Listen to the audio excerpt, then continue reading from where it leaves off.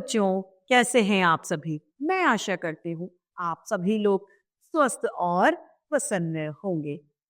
आज हम हमारा पाठ कहानी लेखन अर्थात कहानियां पढ़ेंगे और समझे। तो आइए पाठ को हम प्रारंभ करते हैं। यह है हमारा पाठ 14, कहानी लेखन। कहानी सुनना या कहना एक कला है, जिसके लिए जरूरी है कि पहले आप खूब सारी अच्छी अच्छी कहानियां पढ़ें। कहानी पढ़ने से हमें जीवन की वास्तविकता का ज्ञान होता है, मतलब हमें जीवन की सच्चाइयों के बारे में पता चलता है और अच्छी बातें भी सीखने को मिलती है। यहाँ पर एक पहली कहानी है चालाक लोमड़ी की। तो कहानी शुरू करते हैं हम। एक कौवा भूखा था। वह कहीं दिन से एक रोटी लेके आया। वह कहीं से क्या लाया? एक रोटी लेकर आ जाता है। उसे एक लोमड़ी ने देख लिया। लोमड़ी बड़ी चालाक थी। उस कौवा ऊपर पेड़ पर वहां पर बैठ गया, रोटी खाने लगा। वह बोली, कौवा भाई, आप पक्षियों के राजा हैं। अर्थात वह कौवे को ऊपर चढ़ाने लग गई, कौवे की वाहवाही करने लगी। आप बहुत अच्छा गाते हैं, एक गाना तो सुनाओ। अब ये एक षड्यंत्र था। किसका? लोमड़ी का। लोमड़ी चाहती थी उस रोटी को खाना। अगर वो सरलता से लोमड़ी रोटी मांगती तो कौवा नहीं देता।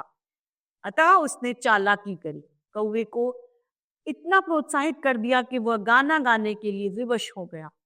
जैसे ही कौवा गाना गाता है, उसकी चोंच वाली रोटी गिर जाती है। रोटी गिर जाती है तो लोमड़ी रोटी लेकर भाग जाती है। कौवा फिर से भूखा रह जाता है। कौवा अपनी बड़ाई सुनकर खुश हो गया। उसने गाने के लिए जैसे ही मुंह खोला, रोटी नीचे गिर गई। लोमड़ी रोटी उठाकर भाग गई। कौवा पछताता रह गया। इस कहानी से हमें शिक्षा मिलती है कि अपनी बढ़ाई सुनकर कभी भी हमें खुश नहीं होना चाहिए, और यदि हम खुश भी हो जाएं तो उस जोश के दौरान हमें अपने होश नहीं खोने चाहिए। समझदार भेड़। नदी के किनारे एक गांव था। उसमें एक भेड़ रहती थी। नदी के पार एक जंगल था। वहां एक भेड़ रहती थी। एक बार दोनों भेड़ नदी के पार जाने की सोची। नदी पर पुल सकरा था, अर्थात पुल थोड़ा सा छोटा सा था। दोनों भेड़ें उस पे पार करने लगी। दोनों बीच में आई, पर कैसे जाएं? अब वो जा कैसे सकती थी? पुल इतना सकरा था। उन्होंने एक उपाय सोचा।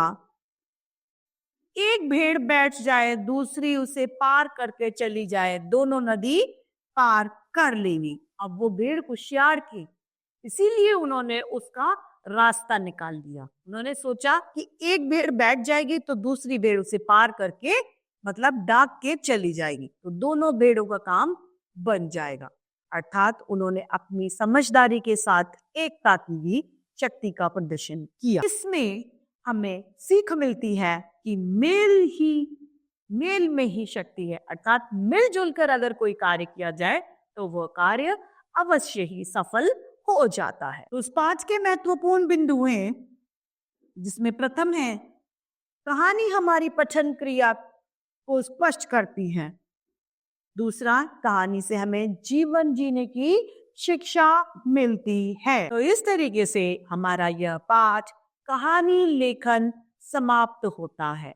मैं आशा करती हूँ आप सभी लोगों को यह पाठ भली भांति रूप से समझ में आया होगा। तो आज के लिए इतना ही। हम फिर मिलते हैं। धन्यवाद।